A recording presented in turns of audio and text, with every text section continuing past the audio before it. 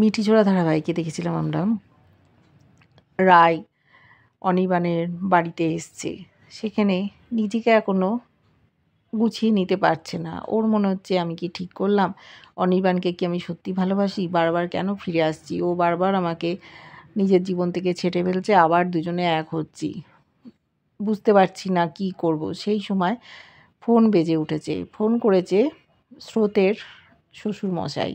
হঠাৎ ফোনটা পেয়ে অবাক হয়ে গেছে যে কী ব্যাপার, সব ঠিক আছে তো। রায়ের সাথে কথা বলতে যায়, অনেক দিন পর রায় ফিরে এসছে, ওকে খুঁজে পাওয়া যাচ্ছিল না। সকলেই খুব চিন্তিত ছিল, ডেকেছে যেন ওদের বাড়ি যায়, বলছে সব ঠিকঠাক আছে তো, বললো এসো তোমার সাথে কথা বলবো। এদিকে রায়ের বাড়িতে যে মহিলা কাজ করে সে রায়কে দেখে খুব খুশি হয়েছে, বলছে যে বৌদিদিমণি তুমি ফিরে এসছো, আমরা তো ভাবতেই পারিনি তুমি বেঁচে আছো। তোমার পছন্দ মতো জলখাবার করেছি, পরোটা করেছি, ঝাল ঝাল তরকারি, তুমি খাও। কান্নাকাটি করছে দেখে ওর শাশুড়িমা বলছে থাক থাক, আর কাঁদতে হবে না, যাও খেয়ে নাও। রেডি হয়ে গেছে অনির্বাণও। তখন রাই বলল যে তুমি বরং খাবারটা রাতের জন্য তুলে রাখো, আমরা রাতে খাবো। এখন স্রোতের বাড়ি যাব। বললো ও তোমাদের সব প্ল্যান আগে থেকেই করা হয়ে গেছে। ওর শাশুড়িমা কথা শোনাচ্ছে, কিন্তু আগে থেকে তো প্ল্যান ছিল না।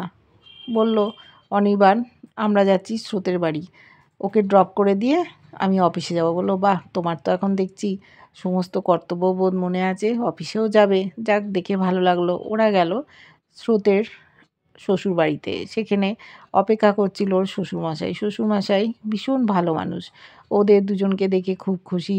রায়কে এতদিন পর দেখেছেন, বলছে তুমি ভালো আছো তো মা, তোমাকে দেখে আমার যে কি ভালো লাগছে, আশীর্বাদ করলো, মেয়ের মতোই ভালোবাসে।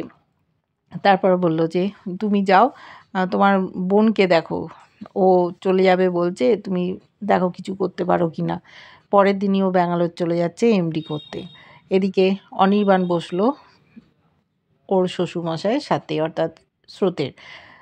দুজনে মিলে কথা বলছে, বলছে দেখো অনির্বাণ, ভগবান বারবার সুযোগ দিচ্ছে তোমাকে, তুমি সেই সুযোগটা আর নষ্ট করো না, মনে করো এটাই শেষ সুযোগ। কেন তুমি রায়ের সাথে এরকম ব্যবহার করছো, সন্দেহপ্রবণ মন কেন তোমার? আমার যতদূর মনে হচ্ছে এটা একটা ব্যাধি, তুমি ট্রিটমেন্ট করো, দেখবে সব ঠিক হয়ে যাবে। তোমার মধ্যে এরকম হচ্ছে কেন? তুমি এই যে রায়কে ভালোবাসো বলছো, সত্যি কি ওকে ভালোবাসো? বারবার ওকে ফিরিয়ে দিচ্ছ, আবার কাছে টানছো। ও বলছে যে আমি রায়কে খুব ভালোবাসি, ও যখন চলে গেছিলো তখন খুব কষ্ট পেয়েছিলাম, আবার রায়কে কাছে পেয়ে মনে হচ্ছে আমার জীবনটা আবার ঠিক হয়ে গেল, নাহলে এলোমেলো হয়ে যাচ্ছিল। বলছে যখন তুমি বুঝতে পারছো তাহলে রায়কে কেন কষ্ট দিচ্ছ, ওকে নিয়ে তুমি সুখে সংসার করো।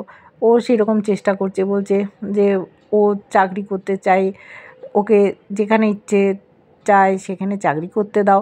বললো ও তো অন্য কোম্পানিতে কাজ করতো, আমি বলেছিলাম আমার কোম্পানিতে কাজ করতে, কিন্তু আমি তো ওকে বাধা দিইনি। তখন উনি বলছেন দেখো তোমার মধ্যে একটা প্রভুত্ববোধ এসে গেছে, কেন তুমি ওর ব্যাপারে নাক গলাচ্ছ? ও কি তোমার কাজের জায়গায় মাথা ঘামায়? তাহলে ওকে ওর মতো ছেড়ে দাও, ও ওর জীবনটা বুঝে নিক, তুমি তোমার মতো কাটাও। মানুষের বেশিরভাগ দেখি আমরা যে এই রকমই করে, বুঝতেও পারে না অবচেতন মনে তাদের কি হচ্ছে। ওরা সব সময় নিজের কথা মতো চালাতে চায়, যখন দেখে যে না আমার কথা মতো চলছে না, তখনই তারা বিরক্ত হয়, প্রতিবাদ করতে থাকে। তুমি রায়ের সাথে এরকম আর করো না, একটা বরং কাজ করো, দুজনে মিলে কোথাও ঘুরতে যাও।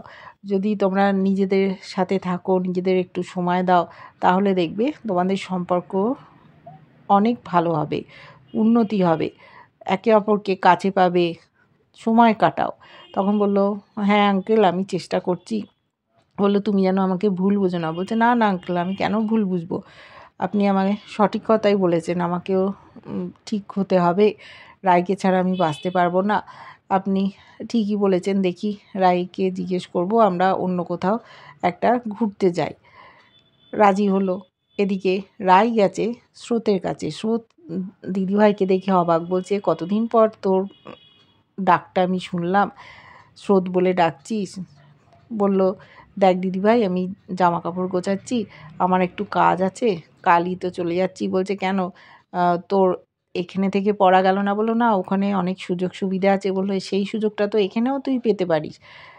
ও আসলে চলে যেতে চাইছে সার্থকের কাছ থেকে।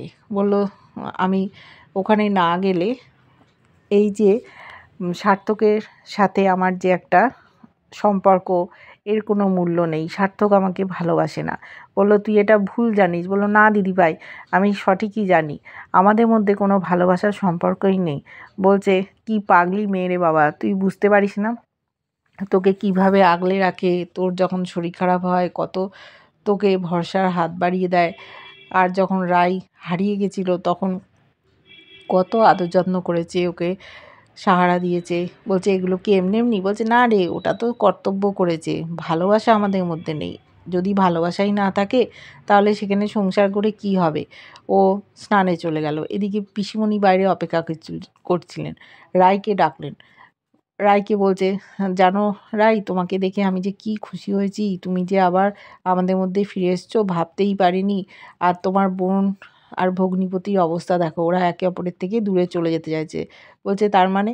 বলল, "দেখো, উম, দাদা ওদের কিছু কথা আড়াল থেকে শুনে ফেলেছিল। ওরা বিয়ে করেছে, দাদার প্রস্তাবটা ফেলতে পারেনি তাই।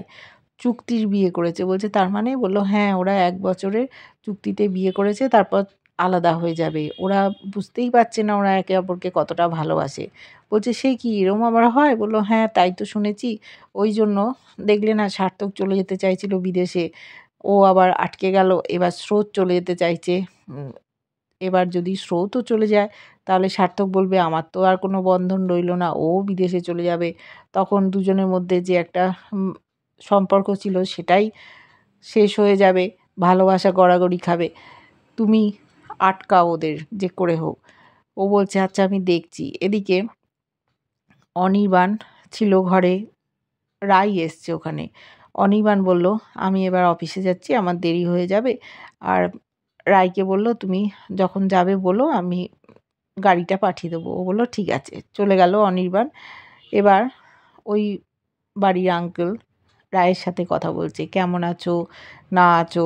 তারপর স্রোতের কথা বলেছে যে স্রোত আর সার্থক একে অপরের থেকে দূরে থাকার জন্যই এই সিদ্ধান্ত নিয়েছে। ও যা রেজাল্ট করেছে, এই কলকাতায় থেকেও ভালো কলেজে চান্স পেতে পারে, কিন্তু ও এখানে থাকতে চাইছে না। একটাই কারণ, ওর থেকে দূরে চলে যেতে চাইছে। ওরা এত বোকা যে বুঝতে পারছে না একে অপরকে কতটা ভালোবাসে। নিজেরা দূরে সরে যেতে চাইছে। আর ওদের বাবার কথা ফেলতে পারেনি, সেই জন্য বিয়েটা করেছিল। এবার কি করে ওদের আটকাবে? বলছে, "দেখো, আমাদেরই কিছু একটা বন্দোবস্ত করতে হবে।" তখন জানতে চাইছে যে কি করা যায় বলো? কিভাবে স্রোতকে আটকানো যায়? পরের দিনই ও চলে যাবে। এবার রাই বলেছে, "আমার কাছে একটা প্ল্যান আছে।" বলছে, "কী প্ল্যান?" এদিকে স্রোত রেডি হচ্ছে। স্রোত তো কিছুতেই থাকতে রাজি না।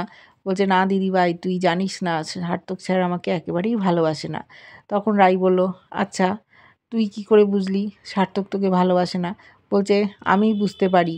তোর আর অনির্বাণদার মধ্যে যে সম্পর্কটা আছে, একটা টান আছে, আমাদের মধ্যে সেটা নেই।" বলল, "ও তাই বুঝি?" বলছে, "আমি যদি প্রমাণ করে দিতে পারি যে সার্থক তোকে নিজের থেকেও বেশি ভালোবাসে, অসম্ভব ভালোবাসে, তাহলে তুই কি করবি?" তখন বলছে যে, "না, তুই ভুল বলছিস। এটা হতেই পারে না।" বলল, "না, সার্থক তোকে খুব ভালোবাসে, আর তুইও সার্থককে অসম্ভব ভালোবাসিস। এটা আমার প্রমাণ করতে বেশি সময় লাগবে না। তখন তুই কি করবি বল? তুই যাওয়াটা ক্যান্সেল করে দিবি? না তুই তাও চলে যাবি?" ও চুপচাপ আছে, কিছু বলতে পারছে না, বারবার বোঝাচ্ছে, "তুই এরকম চলে যাস না, সংসারটা ভেঙে যাবে। তুই বছর ২ থাকবি না। সার্থকও তখন এখান থেকে বিদেশ চলে যাবে।" বলছে, "দেখ দিদিভাই, আ সার্থক স্যার বিদেশ যেতে পারেনি বলে আমাকে সব সময় কথা শোনায়। আমি কেন কথা শুনবো? তুই বোঝার চেষ্টা কর। আমি যদি চলে যাই, একা থাকবে। আমাকে বলেছিল এই ঘরটায় থাকতে দিয়েছে। আমার বাড়িটা যেন বাড়ি হয়ে ওঠেনি। আমাকে সবসময় অসম্মান করে। তাই আমি এখানে থাকবো না, আমি চলে যাব। আমি এখানে থাকলে ভালো থাকতে পারবো না। যেখানে ভালোবাসা নেই সেখানে কোনো সংসার হয় না। তুই কেন বুঝতে চাইছিস না?" রাই অনেক বোঝাচ্ছে ওর বোনকে, কিন্তু বোন কিছুতেই বুঝছে না যে ওদের মধ্যেও যে একটা ভালোবাসার সম্পর্ক আছে সেটা বোঝার ক্ষমতা ওর হচ্ছে না। এইভাবে ধারাবাহিকটা এগিয়ে আছে। কেমন লাগছে অবশ্যই জানিও। ভালো লাগলে লাইক, কমেন্ট, সাবস্ক্রাইব করা যারা ফেসবুক পেজ থেকে দেখছো ফলো করে সাথে থেকো।